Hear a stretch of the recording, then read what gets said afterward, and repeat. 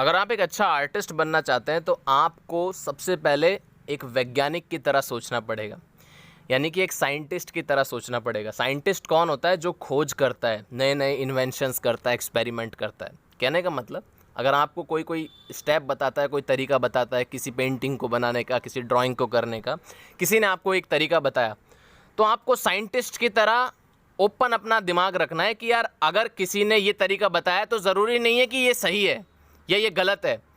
इसी काम को करने के 50,000 तरीके और भी हो सकते हैं।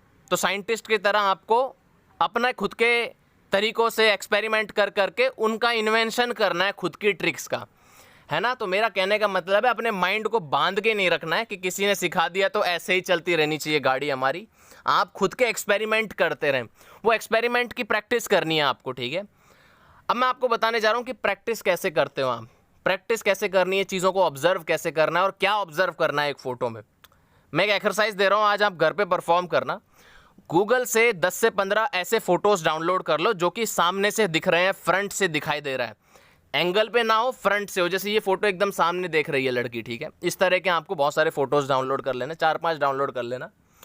उसके बाद आपको हर फोटो को ऑब्जर्व करना है कि यार आंखें होती हैं, 2 आंख मैंने बनाई और 2 आंखों के बीच में पर्टिकुलर गैप होता है। और मैंने देखा हर शक्ल में, हर फेस में 2 आंखों के बीच में एक गैप होता ही है। ऐसा कभी नहीं हुआ कि यार एक आदमी की ऐसी शक्ल है जिसकी आंखों में गैप है ही नहीं, है ना। तो मैंने देखा कि ये गैप कितना होता है, तो पता चला कि 2 आंखों के बीच में 1 आंख के बराबर का गैप होता है, ठीक है ना। तो मैंने एक्सपेरिमेंट किया और मैंने देखा कि चलो करके देखते हैं। मैंने एक लाइन ड्रॉ करी और लाइन ड्रॉ करने के बाद उस लाइन को 3 बराबर हिस्सों में डिवाइड कर दिया, ठीक है। और इन 3 बराबर हिस्सों को करने के बाद मैंने उसमें आंखों को फिट करने का प्रयास किया। फिर देखा कि सही बन रहा है कि नहीं बन रहा है। तो मैंने देखा हाँ यार एकदम सही बात है, दोनों आंखों के बीच में 1 आंख का ही गैप होता है। और फिट भी मैंने कर दिया और हो भी गया कहीं ना कहीं, ठीक है। ऐसे आपको एक्सपेरिमेंट करना है, खुद से दिमाग चलाना है। किसी ने बोला है तो ज़रूरी नहीं है वो सच है, हो सकता है झूठ हो, ठीक है। हो सकता है ये जो 2 आंख के बीच में 1 आंख का जो गैप है, ये ज़रूरी नहीं है कि हर किसी पे ये लागू करता है। और ये सच्चाई भी है कि हर किसी फेस पे ये चीज़ लागू नहीं करेगी कि 2 आंख के बीच में एग्जैक्टली 1 आंख का डिस्टेंस हो, ये ज़रूरी नहीं है। लेकिन एक यूनिवर्सली ये ज़्यादातर लोगों पे लागू करता है ना। तो ऐसे खुद बहुत सारे रिलेशंस होते हैं फेसों में, ठीक है ना। खुद ही रिलेशन बनाए ऐसे कि भाई नाक की लेंथ की बराबर फॉरहेड की लेंथ है और नाक से लेकर के जो ठुड्डी है हमारी वो भी बराबर लेंथ होती है लगभग, ठीक है। तो ये खुद से रिलेशन आपको बनाने हैं साइंटिस्ट की तरह एकदम, है ना। फ्रंट से 3-4 फेसेस को देखो आप और ऑब्जर्व करो, ये लड़के का फेस है, लड़की का फेस है, दोनों में क्या डिफरेंस है, दोनों में ऐसा क्या हुआ कि ये तो लड़के जैसा लगने लग गया, ये लड़की जैसी लग रही है। क्या आंखें लड़की की ज़्यादा बड़ी होती हैं लड़के से?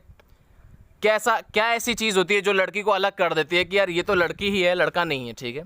तो ऐसा ऑब्जर्व करना है अपने को, अलग अलग फेसेस की फ़ोटोज़ को, पर वो सेम एंगल पे होनी चाहिए, है ना। एक लौंडा है वो भी फ्रंट में देख रहा है, एक लौंडिया है वो भी फ्रंट में देख रही है। तो ऐसी 2 फ़ोटो चूज़ करो, दोनों को कंपेयर करो और दोनों को एक्सपेरिमेंट करो कि उनके फेशियल फीचर्स में क्या क्या रिलेशन बन पा रहा है। एग्जैक्टली डिस्टेंस नापो स्केल से दोनों की आंखों के बीच में और रिलेशन बिल्ड करने की कोशिश करो, एक्सपेरिमेंट करो इस तरह से।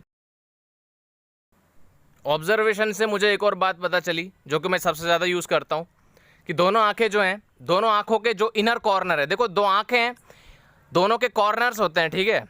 कर्व होता है और कॉर्नर होता है। आंख क्या होता है बेसिकली? 2 तो कर्व हैं और 2 कॉर्नर होते हैं, 2 इसमें बेसिकली कॉर्नर्स होते हैं, ठीक है। तो जो इनर कॉर्नर है आंखों के, ये दोनों इनर कॉर्नर मैंने देखा हमेशा एक सीधी लाइन पे लाई करता है। इनर कॉर्नर जो आंखों के होते हैं ये हमेशा एक सीधी लाइन पे लाई करता है। अब फेस चाहे साइड में देख रहा है चाहे कहीं देख रहा है, ये इनर कॉर्नर हमेशा एक लाइन पे लाई करेंगे। आउटर कॉर्नर लाइन के ऊपर जा सकते हैं लेकिन इनर कॉर्नर जो है ये हमेशा सीधी लाइन पे लाई करते हैं। तो इस फैक्ट को मैं ज़्यादातर मेरी ड्राइंग में यूज़ करता हूँ और जिससे आँखों में कभी भी भैंगापन नहीं आता है। आँखें ऐसा नहीं लगता है कि यार तिरछी बाँकी सी हो गई, ठीक है। आँखें लगता है कि हाँ एक इंसान की आँखें हैं और ऐसा इंसान होगा कहीं ना कहीं रियल में, ठीक है। हो सकता है वो फ़ोटो से मैच ना करे लेकिन वो भद्दा नहीं दिखता है फिर भी, ठीक है। ये चीज़ है। तो ये फैक्ट को मैंने कई बार यूज़ किया है। इस एक्सपेरिमेंट को मैंने खुद से ये चीज़ ऑब्जर्व करी कि आँखों के जो इनर कॉर्नर होते हैं जहाँ से सुबह सुबह हमारे कचरा निकलता है, ये हमेशा एक लाइन पे लाई करते हैं। ये दोनों पॉइंट हमेशा एक ही लाइन पे लाई करता ऐसे बहुत सारे ऑब्जर्वेशन आपको खुद से बनाने पड़ेंगे कि नाक की चौड़ाई जो होती है ये भी लगभग ऐसी ही होती है, दो आँख के बीच का जो गैप होता है ये उसके बराबर ही होती है, ये थोड़ी सी हल्की सी उससे ज़्यादा होती है, ठीक है। ऐसा आप खुद से रिलेशन बनाएं, ठीक है। So all the best. और बाकी तो मैंने आपको सारी चीज़ें बताई दी है और प्रैक्टिस करनी है यार आपको, ठीक है। जैसे मैं प्रैक्टिस कर रहा हूँ अभी राइट नाउ, ठीक है। अब इसमें चाहे गलतियाँ हों चाहे ना हो, डजेंट मैटर, मैं प्रैक्टिस कर रहा हूँ अभी, ठीक है। मैं प्रैक्टिस मोड में हूँ। जब मैं प्रैक्टिस मोड में होता हूँ तो मेरा दिमाग एक्टिव होता है लेकिन उतना ज़्यादा नहीं होता है, कॉन्शियस होता है लेकिन हाइपर कॉन्शियस नहीं होता है। लेकिन जब मेरे को एक आर्टवर्क बनाना होता है तो मेरा दिमाग हाइपर कॉन्शियस हो जाता है। हाइपर कॉन्शियस मतलब मेडिटेशन स्टेज में मैं चला जाता हूँ और उस समय पे इतना कंसंट्रेशन होता है मेरे दिमाग का, फूक फूक के मैं कदम रखता हूँ एकदम। इससे एज ए पर्सन आप डेवलप होते हो, एज ए पर्सनैलिटी आपकी बनती है। आप देखिए जो आर्टिस्ट अच्छा आर्टवर्क करता है उसके बात करने के अंदाज से आपको पता चल जाएगा, द वे ही टॉक्स, उसके टॉकिंग के तरीके से आपको पता चल जाएगा कि यार बंदे में दम है, ठीक है। उसका व्यवहार अलग होगा, ठीक है ना। जो अच्छा ड्रॉ करता है, जो रियलिस्टिक ड्रॉ करता है या जो अच्छे से कर पा रहा है, उसका माइंड भी अलग तरह से हो जाता है कहीं ना कहीं ट्रेन, ठीक है। तो ये सिर्फ आर्ट के तौर पे नहीं, आपको एज ए पर्सन भी बेटर बनाती है, ठीक है।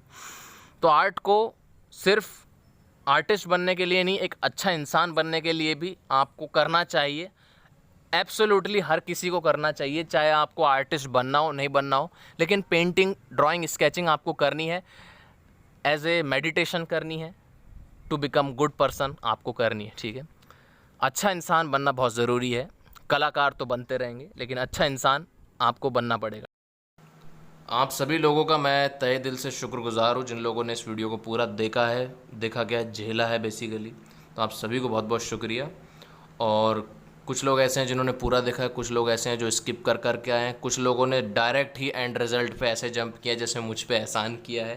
तो भाई ऐसा एहसान ना करें, आपको नहीं देखना होता है तो कृपा करके आप क्लिक ही मत करो, लेकिन समझा करें यार, ठीक है ना। और जिनको दिल से अच्छा लगा हो, चाहे कुछ भी अच्छा लगा हो नहीं लगा हो, लाइक ज़रूर मार देना, ठीक है। All the best. जो डायरेक्ट स्किप करके आया है यहाँ, इस वीडियो को स्किप किया है पूरा वीडियो, तो भाई आप लेजेंड हो, है ना, आप लेजेंड हो। आप कृपा करके मुझ पे आप एहसान ना करें मेरे वीडियो को देख करके।